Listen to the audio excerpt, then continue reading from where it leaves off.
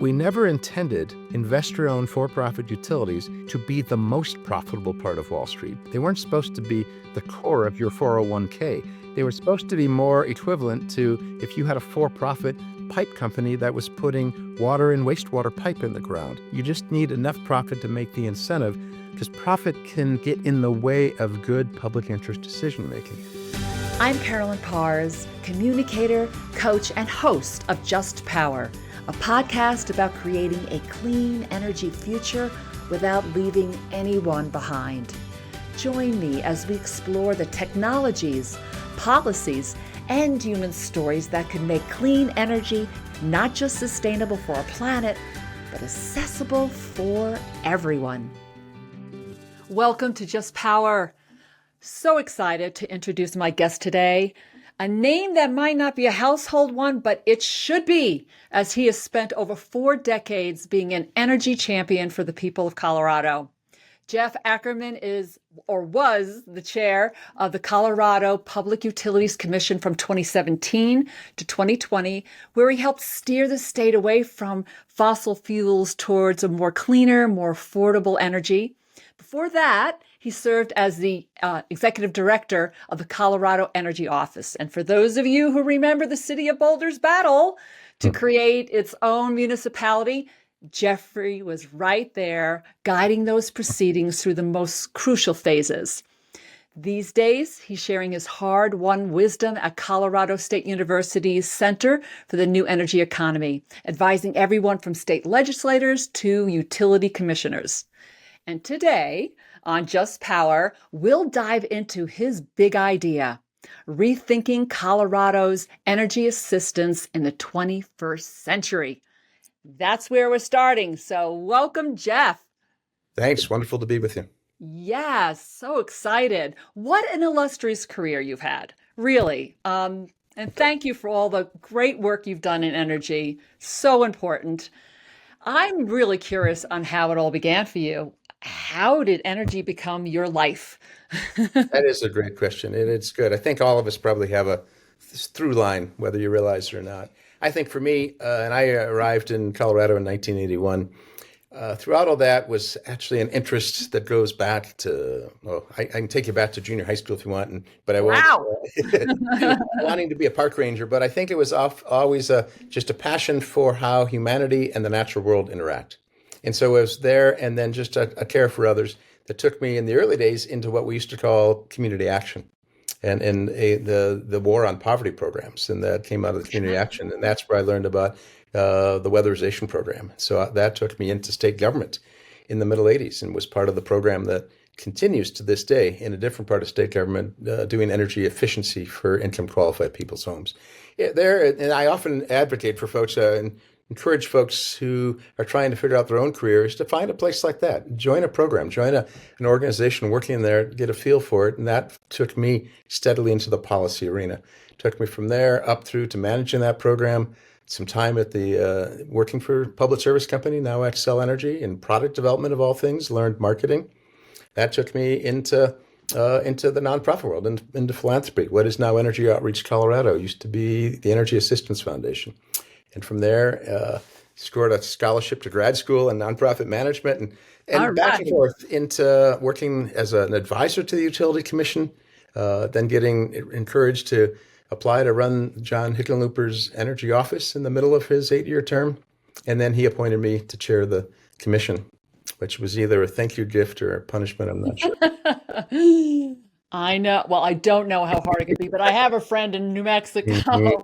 Shout out to Pat O'Connell, who is in that role right now. So, wow, way to go. Mm-hmm. And Colorado is such I think, a player in energy and for the country. We've done so much here. So that's a big undertaking. Great laboratory here. Yes. Yes, totally. So many different perspectives, right? On energy, different, from nonprofit to state government to for-profits, right? What has these perspectives on the energy sector taught you?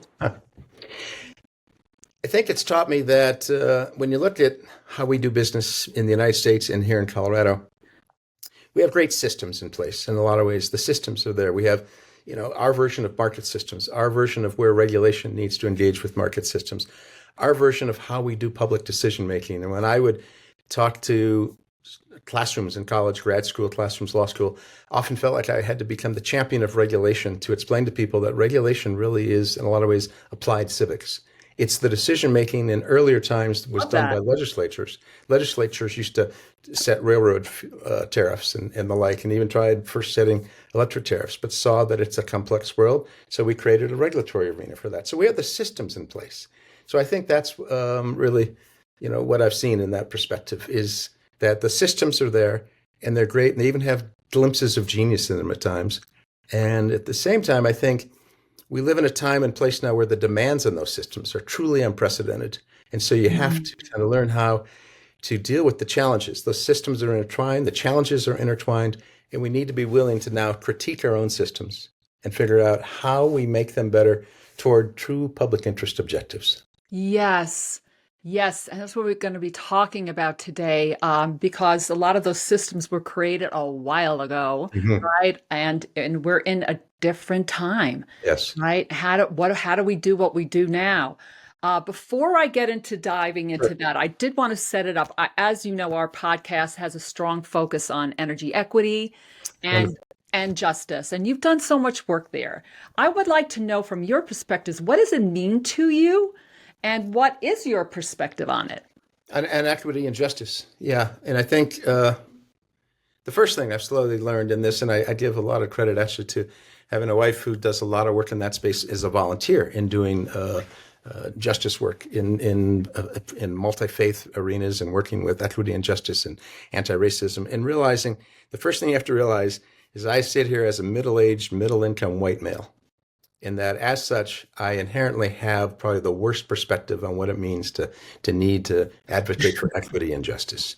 And so if I can start from that perspective of what I need to learn and what I need to be humble about, it's then realizing that equity and justice are making sure that we understand not just that like everyone has a chance, but to realize that everyone is coming from a different point of view, and it's not there is not equity, there is not justice if we don't sort of try and make sure that it's not just opportunity, but it's also a more fair approach to outcomes is what I think part of that's about. And so that equity and justice is, at the end of the day, realizing that those are structural issues, that we have to structurally look at what impedes equity and justice today and not just try to met it back out and kind of compensate, but to recalibrate structures. Got it. I think that's equity and justice to me.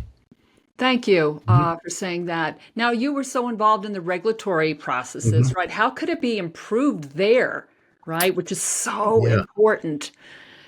Right. And going back to my point that Colorado really sits as a laboratory, it was, I think, in 2021 when many progressive states were saying, how do we bring equity and justice into what we do as government? And there was laws passed in Colorado in 2021 that said we're going to infuse environmental justice and equity into how we make decisions. And so one of those decisions arenas is the Public Utilities Commission. So the question there was asked, how do you go about doing that? And again, what I watched and tried from my volunteer sense of offering people unasked for advice, which is an interesting skill set to have, is giving people your point of view and saying, I think what we need is to get past the notion, well, it's not just that we're multilingual in how we set up our website, or that people can understand how to watch a commission proceeding or read the docket and the record through different languages. That's great, but that's insufficient. And so it's beyond that. It's saying this system of regulation, for example, is complex. It's very involved. It takes a lot of resource, talent, and money to participate. So it's not fair from a justice point of view and say, hey, you too can come and hire an attorney as you represent this indigenous community or historically disadvantaged community. It's like, no, that's not really understanding equity and justice. That's just saying, hey, if you've got the wherewithal, you're welcome to participate. Which is not very equitable, actually. Very much so. It's the epitome. It's the antithesis. Yes. So one of the thoughts that I've been trying to advocate for a few years now is it's in the power of the commission, from the commissioner sitting on the bench, to say, let's take a proceeding, or let's take many proceedings. And when you see a proceeding coming of a filing by a utility to the commission, and you see in there, we are going to have equity and justice issues. And you can tell pretty clearly which ones are going to have those issues. To not say what the outcomes need to be, but say we know those issues are there. But for any party who either can intervene by right, meaning you have in the law the right to be a party, or you can petition to intervene, any party allowed into the proceeding should have to tell the commission, yes, I'm going to speak to those equity and justice issues. And thus, I'm going to make an effort to bring it into the record. And then that puts the onus on all the participants to bring that voice in and then go to those entities that are in society that are the experts, are the voice of those disadvantaged communities, and bring them in as an expert witness. Don't make them hire their own attorney. Don't make them understand the whole legal process. Bring them in for what they're known for, their perspective, put them on the witness stand, help them write their testimony, put them there in front of the commissioners as a resource. And then on top of that, you can finish this by using what the commission has as its authority and rethink how it uses what's called the Ratepayer Intervention Fund and actually compensate those parties for doing that extra lift that they weren't planning to do. And if you added value to the record, to the decision, then compensate them. They show you the cost that it took to bring that witness in, and they file that as a reimbursable. Yes, full circle. I love that. I love that. Are you now you're talking about maybe community advocates or leaders in those in certain sectors, but then there's ordinary people, right? There's just a ratepayer, right? Who might have a story or might not be as, I mean, the whole energy system is complex to understand. So how does that have impact from a regulatory, from a commissioner standpoint? If they're not up on all of what it takes to, turn our lights on. Right. I'm not an attorney, but I had a lot of times kind of acting like one, chairing the commission and engaging with really great legal counsel from the Office of the Attorney General and the other parties who bring in their legal expertise. And I would say that the thing to be aware of is that there are different parts to a case. So the most rigorous part is what looks like a classic courtroom, where you are cross-examining witnesses and witnesses are being sworn in and their testimony is being adopted. And then we would pivot in large cases to a public hearing, a public comment hearing. And that the intention there is to hear the voice of Vox Populus, with the people, and hear what they have to say about this matter. It is a bit of a chasm between a complicated rate proceeding or a proceeding that's overseeing capital investments in electric generation or in the grid, and then the average consumer who's saying, even if they understand the process well and they understand climate change well, to let you know beyond just, hey, I don't want my rates to go up, to give you input to say, and how should I make this better, is very challenging. And some are very well groomed at that. And there's some great nonprofits helping people show up and testify. But the challenge is that comes in at a different level of intensity into the record. It's not cross-examined. So what we try to do is at least have that happen early during the evidentiary hearing, like on night 1 or night 2, so that I and my colleagues on the bench could hear that and then filter it through and then ask witnesses about what we heard in the public comment hearing. Ah, nice. And so at least you're getting informed along the way so that you can. Right. And then it's part of the record now. Yeah. And so to ask the consumer advocate about that, to ask the applicant, the utility, what did you hear and what do you think about that? It helps a bit. It's never meant to be as perfect as like showing up at the legislature to tell your elected officials, vote yes or vote no on this bill. And many folks come to the public hearings at the commission thinking that if you get enough people who say this, that I'm tallying it and it was a vote of, 82 to 46, thus I'll go with the 82. It's much more complex and nuanced than that, but it is important to understand at the end of the day, those are the folks who are going to carry the financial burden for the decisions made. That's right. And so you are saying that they do have impact, right? Yes. Impact. It's up to the decision makers as commissioners when we deliberate to remember that's part of the record. But the more we can bring it into the official record through that cross-examination, the more other parties can, all the parties can call us out during the appeals process if they don't think we took that into consideration. Yeah. Nice. Thank you. That was an understanding for me and how that works and how the process works. So here we go. So in your career, you have been an advocate for customers needing energy assistance, right? And even Yes. designed energy assistance programs in utility and the nonprofit sector. Yes. So what is still working, right? And what do you think needs to be changed? Yeah. It has been an honor to sit and both have had a nice career, a comfortable career, and at the same time have been fortunate to engage in the care for others and see how do you make something such as assistance to consumers of energy better. And I think what's worked is what's beneficial is we have an awareness of that language of energy burden and of the expertise who's brought that up to understand in the most holistic way possible from a home that has energy costs for transportation, energy costs for home heating and for your domestic water use and energy costs for cooking and the like, that it's all part of the life of living a home.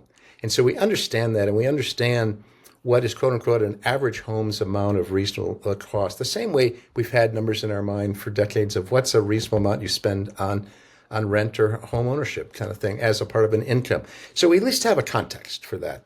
That's what's working. I think what's also working is that there is, fortunately, a fair amount of resource in American culture, American society, American economy that we can draw upon, whether it's through taxation, which is our way of collecting money for public good, or through other ways we do in the utility sector, where often put that burden on the utility to be reallocated out. There is resource there to draw upon. That's helpful as well. And there's a commitment, there's an underlying compassion that we do think those folks do deserve to be assisted. With the caveat in the last 150 days, we're watching that on this federal level of kind of saying, get a job before you get Medicaid, or do you really deserve to be in this country, and those kind of things that are, that really undercut our commitment to compassion. But generally we have that and it's working. And then I also say, from my background working in energy efficiency for income qualified households, we've learned to look at an aspect of solutions, starting in the late 70s with and after the Arab oil embargo, and where we brought on this idea of home energy efficiency as an investment in the homes that people of low income live in. We're looking at how to make it less of a burden going forward so that we go beyond charity. So I think that's the part of it that's working. That's the positive side of the story. Yeah.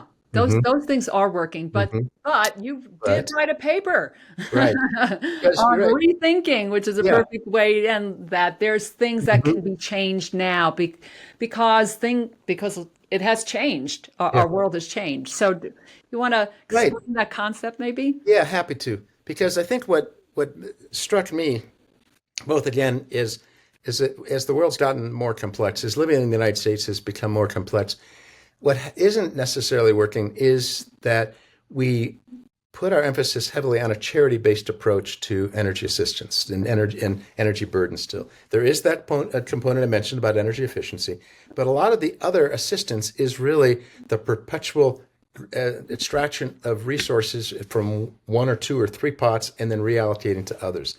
And there's a lot to be learned from that kind of charity-based approach to things that doesn't really engage with the end recipient to say, is this working for you? And is this really do we understand your life? Back to my point of that middle-aged white male. Is this what they need in terms of assistance, for one thing? Right. Is it sustainable to continue that approach? And are we looking upstream enough to say, and is there a way that we could institutionalize into our systems more of that ongoing commitment to those who are in need financially? And so kind of what I mean by that then is that we could go forward, and I think you have to step back a minute and look at the relationship that we have with utilities and the age of that relationship. So what I've tried to convey in a paper and in other presentations is this idea that if you go back to about 1900, where we first started to this concept of realizing that electricity was coming into being, several different companies were trying to deliver electricity to end users. And we realized to make this work, we needed to develop a monopoly system. We couldn't have 5 providers showing up at your back door and saying, I've got a wire for you as well, type of thing. Right. And so we needed to look at that in a different way. And so what we did is we committed to what is a monopoly-based system, saying we will have one provider. That provider this is how the exchange works. That provider will get basically a barrier to entry of other providers. So you get a captive market. These are your customers upon which you will then recover your costs. You lay out just and reasonable costs, and you have a very high likelihood that all your costs will be recovered, as well as in earnings and a return on equity on investment. Sweet deal. Yeah, a nice deal. And in exchange, you deliver to end users basically safe, reliable, effective, and affordable. And affordable is, in the eye of the beholder, electricity to the end users. That's a Right. 125-year-old concept. That's right. And so if you go forward now 125 years from there, electricity has moved from a novelty where wealthy people's parlors were being lit with light bulbs, or we were moving from steam, electricity, and industrial process to electric motors and the like. You cannot really live a functional life in the United States without electricity as part of your life. So my concept is this, that we need to update that 125-year-old relationship between us as a society, government, as reflected through the regulator and the regulated utility, and say, we should be able to expect more from you than not just safe, reliable, effective, and affordable, but to that point that we provided this utility because we wanted it to deliver services to society, and the basic service should be making sure everyone has access to electricity. So it's back to that just and equitable point of this. So that's the first part of what I'd say. That's the concept. So everybody deserves to have access to energy. Access, It's yeah. access, right? And Access. if you talk to some advocates around energy equity, right, that work with groups around that, that's the first word that comes out of their mouth is access. Access, very much so. And that access should not be a thing you have to battle for every year. Right. And about shutoffs and reconnections. But to say, the concept I'm looking at is we are sophisticated enough as people and with analytical knowledge to say, let's use my backyard of Denver. You could probably figure out a basic subsistence level of electricity to live in an apartment, to have lighting, refrigeration, charge your phone, a few other things. Let's say that's about 400 kilowatt hours in a month. The idea that I'm putting forth is that income qualified folks, those who have applied and been deemed eligible for energy assistance from the federal LIHEAP program, use that same population of people that the utilities are aware of because that money goes to them, gets electronically transferred Right. into those accounts so they know who they are. Have that same group of folks be provided that first 400 kilowatt hours at marginal cost. Basically says you cover the net margin of carrying you as a customer. The same model that we use when we're talking about economic development incentive rates for that same utility to attract a new corporation, a new business, a new industrial process, saying, we don't want you to be an extra burden to the system, thus you carry your margin. And so you're not being subsidized, but you don't have to carry more than just your marginal piece of that. And so I think that same concept could be applied very well to income qualified customers. And thus they would now see that they still pay for their electricity, but they pay for that first, 400 kilowatt hours at a much reduced rate per kilowatt hour. Right. And that's the first for piece. let's just say those income qualified folks. Yes, very right? much. Yeah. Okay. You always, What do you say about, a lot of times I hear that there are a lot more income qualified that don't actually go Right. for LIHEAP for multitude of reasons, right? Right. So there's an interesting piece to that. When I was running the state's weatherization program and my colleague was running the state's payment assistance program, we decided the fact that at that time we had 100 to 110,000 households at the peak qualified and received that. But we knew there was many more out there, so we conducted a study through a third party and had them survey folks that didn't apply. And why didn't they apply? This is free money. And what was fascinating, if pause a minute and think at your own, why would you not apply if someone said, hey, I will give you money for your utility bill, you need to fill out this form? And it was fascinating, the insights we gained from that to realize that it was, in effect, fear. It was fear of exposing your story is the first part. And then the greater fear was I'm going to be vulnerable and then you're going to reject me anyway. And so, and through this whole thing. right. put it all out there, and Hmm. it's not going to work out anyway. Right. And in part because we kept changing the eligibility. Some years it was Right. 150% of poverty, and one or other years 185. I think now we use percent of median income, and folks weren't sure. And then you had to reapply each year, but there was fear of telling your story, and then more so fear of rejection. Yeah. So I think what we're getting at now is if you understood that that was the entry point to getting this rate that was provided to you, as well as assistance, and then you understood that once you were qualified, we've always explored ways you could stay qualified, especially for senior citizens, let's say. There has to be a simpler way to decide that once you are a senior citizen and you qualify, there's a pretty strong likelihood, unfortunately, you're going to qualify for the rest of your days. So why don't we make that less onerous on the senior? Then for the other folks, there's a way to check in with them as well, see what's changed financially in their life, but also have a reapplication process there that could be done more simply. Okay. So So we have to that's look at customer groups, right. right? Like, Hmm. and the realities of their life. Yes, right. Back So to there's knowing who your customer is. very much so. And that is to that first tier. Better for worse, we found there's a next tier that is just above that, who then looks askance at their neighbors who do qualify. And I think it begs, and goes even beyond my original concept, but you have to start like good for-profit, non-regulated companies understand how to stratify your market and say, what is it that could be done in there? What are the more creative payment methods that could be used in that arena?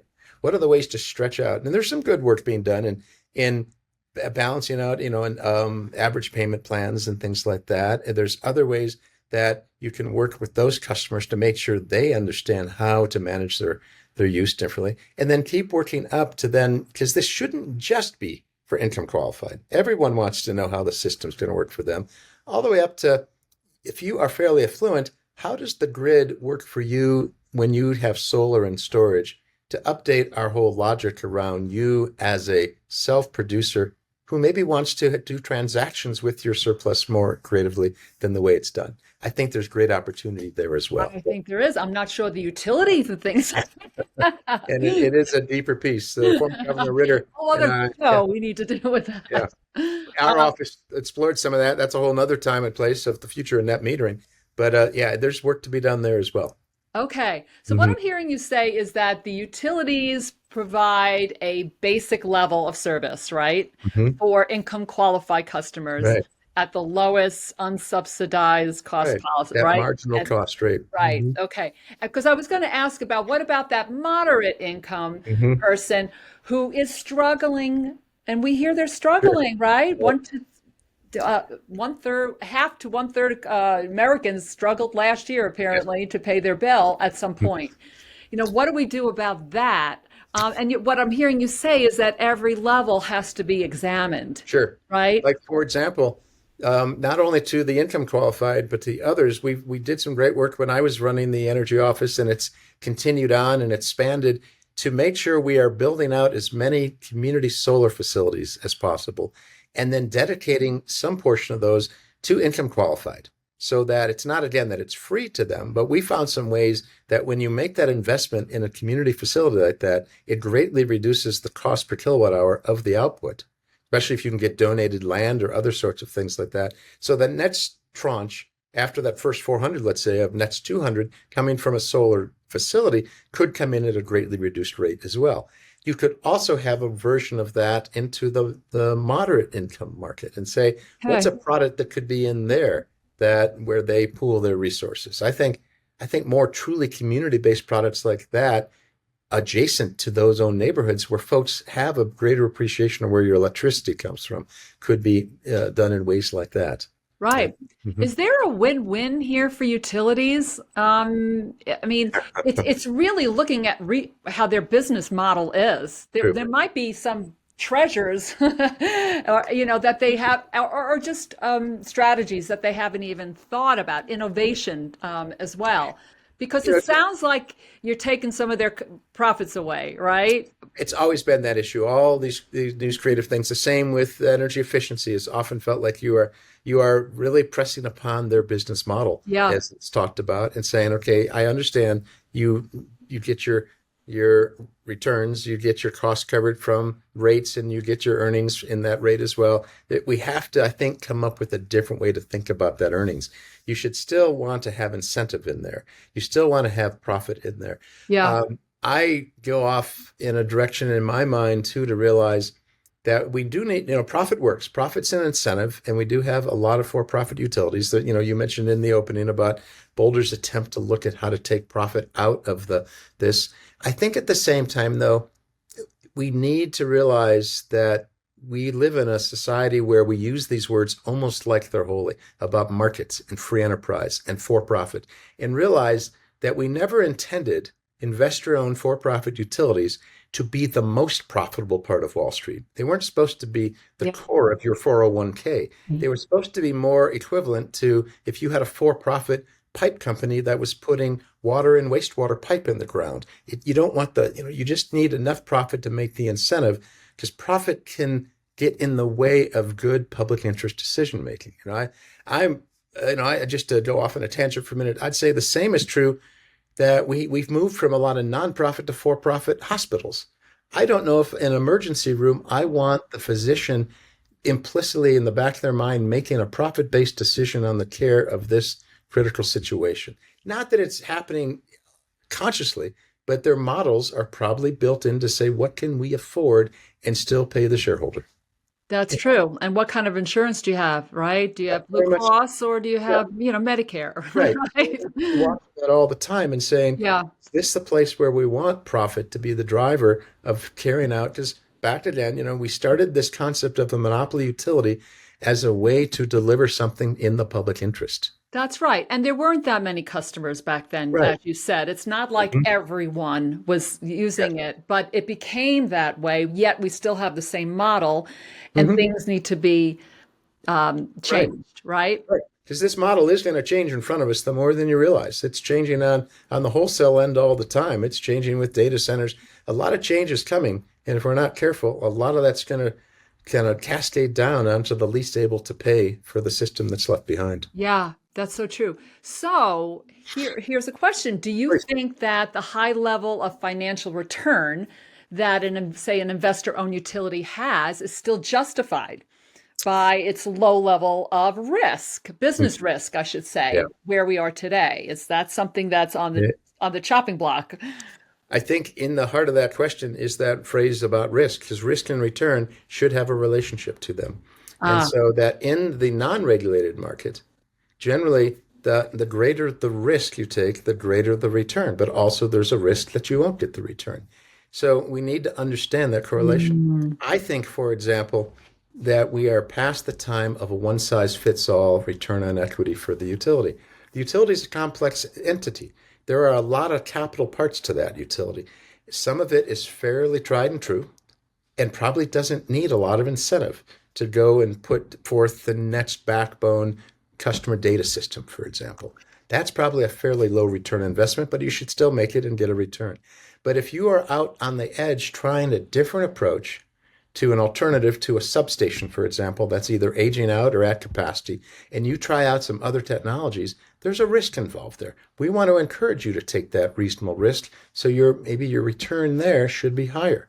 And so we should be stratifying the risk to what part of the company. I think it's time to sort of disaggregate ROE into what we want the company to do in different ways. I love it. So how far along are you on with this? Is this a pilot that's happening? Or is it the beginning stages? Are you testing it out somewhere? I think where I'm finding, and this again goes back to understanding the world of the regulation and then the world of policymaking, that those concepts could in rare moments come into the regulatory arena through a party bringing it forth. But those are sort of one in frequency, maybe 1 in 50, 1 in 100 that actually comes forward. Many times a concept like that takes on its life in the legislature. And the legislature says, okay, let's look at the laws upon which we regulate electric utilities, and let's update those laws to say, where did that concept come from about ROE? And direct from the legislature to the commission to say, go forth and try out this concept. We want to see this in the next rate proceeding, or we want to see it piloted. I think that's how it's brought forth. So I am in some low-level ways with the different legislatures and legislators around the country that we interact with at the Center for the New Energy Economy, exploring ideas such as that to see. Because again, I don't lobby these legislators. I work with them on the thoughts they have, but to show them from my experience and my history, this is how ROE, return on equity, has been addressed. These are ways you could, and what are your policy objectives in your state, and then within that frame, how could you rethink the statutes that tell your commission what to do? Okay. I love this. So the seed of this is in Colorado, right? But Mhm. it's spreading, You're always nationally. looking for Yeah, fertile I soil love anywhere you that. can find it. Go Yes. Colorado. Go Jeff. um, all right. So my next question is about is it, I guess it's just piggybacking what I just said. Are parts of this being rolled out on any level, or is it just in the conversation stage? What's happening? Yeah, I think, and it's unfortunately a lot of this still is at a conversation stage. Okay. I am aware of some legislators in various states who are looking at how can I package this into effective legislation. Legislation and that process is so dynamic, politically and otherwise. It goes back to our earlier discourse too of like, is there the wherewithal, the political will and interest in something that maybe just focuses on the income qualified, or does this need to be taken on more holistically to how to rethink how all customers benefit? If I move toward engaging with legislators on how all customers benefit, that's a kind of an omnibus piece of legislation now that may be even more challenging to Yeah. draw a critical mass of legislators to. So do you stay over in just the income qualified and maybe pilot it out? And so it's exploring that. Okay. And we're still, and even that is just the investor owned. Those who are municipal utilities in Colorado or Fort Collins or Hmm. Colorado Springs, they could initiate this on their own from their own governing body if they wanted to and explore their own ways to pilot this. So, but in this space in Colorado, we're talking about, Excel, Public Service Colorado, and Black Hills and seeing how it would fit there. So, but that's the conversation today. So it Yeah. is still just at Yeah. a conversation phase. Yeah, I would see that. I would think that the municipalities have more, well, their business model is different, right? True. Yeah, And there's it not the does, same profit. You still have to make sure your earnings are high enough to continue to look for depreciation and reinvest, but you don't have to satisfy shareholders. You have to yeah, satisfy voters. very, very Yeah. different. Mhm. How does this maybe change or get altered, especially with the news on LIHEAP, right? Which has happened or happening, right? Right. Yes. Yes. The handoff to Congress to the Senate and where is the future of LIHEAP? Yeah. I think it makes it even more critical, and that's to my earlier point that if you do not hardwire in some level of ongoing assistance that doesn't have to rely persistently upon that several $100 million of LIHEAP Mhm. in total and or the other investments that we did, and we're fortunate in Colorado to have a fuel fund, to have Energy Outreach Colorado. Not all states have something like That's that. right. You're And right. so, but if you're always relying upon who is well off enough corporately or individually to deliver that extra assistance, or here we have actually hardwired in some of that as financial assistance now comes directly to EOC. How do we hardwire in what I'm saying is this marginal cost rate for income qualified folks that says when all else falls apart, you at least know you're getting them a subsistence level, that first tier of electricity as something they can afford, and then building up from there. Because I think in my vision, you'd have that first tier, then you might have that community solar tier, and then you might have where energy efficiency helps keep the level down and or time of use rates if they're able to move their use in different times of day to then figuring out where LIHEAP and EOC's money fits in and bill payment assistance and percentage of income. You build up the whole range and then you get to affordability for below income. Got it. Got it. So right now you're saying that given the circumstances, it's Mhm. even more urgent Very much than so. ever That's the short part of it. to do Yes, this rethink, right? very much so. So, I mean, we can coast along, and I don't want to say coast Right. along, Well, but no, but that was like, when did that show up? In the 70s, right. LIHEAP, right? Yeah, So, exactly. The mid late 70s. So, and it's had various levels of support, if not some push forward, I think, during the Obama era and beyond. But think of the fight that's going on this year, and even if they're successful, that fight will just pick itself up again next year. That's not a good way to build in long-term compassion for those who have trouble accessing energy. Okay, so let's fast forward 10 years from now. What does it look like based on your vision? Yeah, no, it's great. I think what it looks like in part, and it did, because there's an underlying philosophy here of that we're dealing with, that if this worked, and again, separating out the seniors who are going to stay where they're at, and you don't expect them to change their financial circumstance, but the non-senior portion, that if they now knew and were living in a circumstance where energy was affordable and that burden was there, you're trying to help folks who are non-seniors that are currently find themselves stressed financially to move out of that circumstance. Nobody wants to be in that circumstance. Right.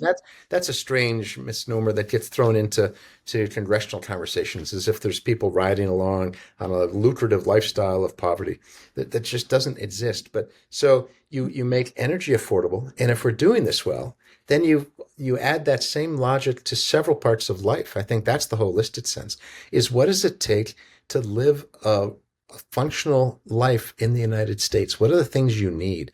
Because again, we live in a urbanized world now where it's hard to just go to your garden and pull out your dinner there, or go harvest, your eggs, or harvest a chicken and make a meal out of it. We're living in urban areas where you're heavily dependent on systems that are out of your control. So we need to figure out that people can interact there. You make energy affordable.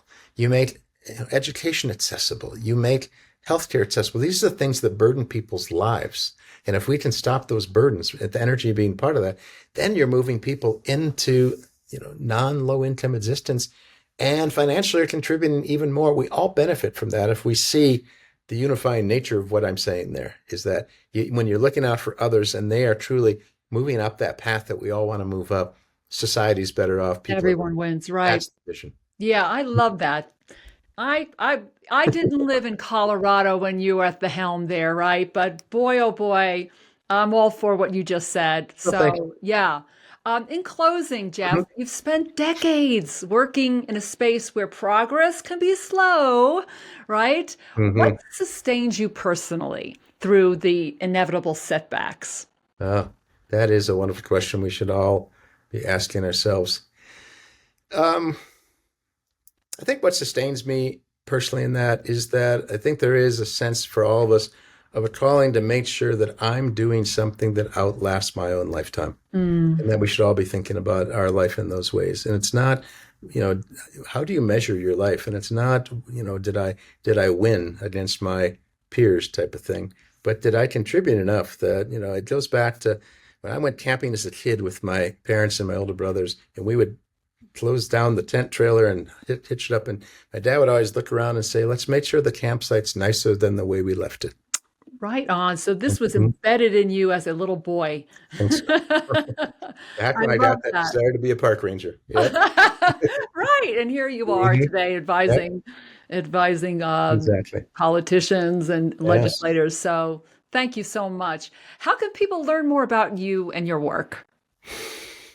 I would say, at the Colorado State University, at the Center for the New Energy Economy, and just to doodle on that, and you'll see about the activities we do, and we're really proud of the way we engage with legislators and with the energy transition. I think that's one of the key ways. I'm also on LinkedIn. You can find me there and find some of the other nonprofit ventures I'm part of as well. So I'd say those two key ways are best ways to stay in touch with me. Fantastic. We'll also have your paper that we've talked about today in our show notes, right? Absolutely. So people can just go there and just read. It's a vision for the future. Thank you so much for coming on today. We have to have you on, let's just say, maybe a year from now, when it's like, there's a pilot, this has happened, that happened. It's so you heard it here first on Just Power. So thank you so much for coming on. And thank you everyone for joining us here. If you enjoyed the show, we'd love to hear your view. What do you think about Jeff's Rethinking Colorado Energy Assistance idea? take a look at the paper, right? And if there's anything you'd add to it or change or whatever, why don't you put that in the comments, right? And I'll make sure that Jeff gets those for sure. Yes. I hope it personally goes way beyond Colorado, because this is such an idea that time has come. Because as you know, it's going to take all of us to create a clean, affordable energy future where no one is left behind. And to do that, we're all in this together. Thank you for joining us. If you enjoyed this episode, make sure you subscribe to Just Power wherever you get your podcasts. And if you really loved it, leave us a review and tell everyone you know about our podcast. It's going to take all of us to create a clean energy future that leaves no one behind.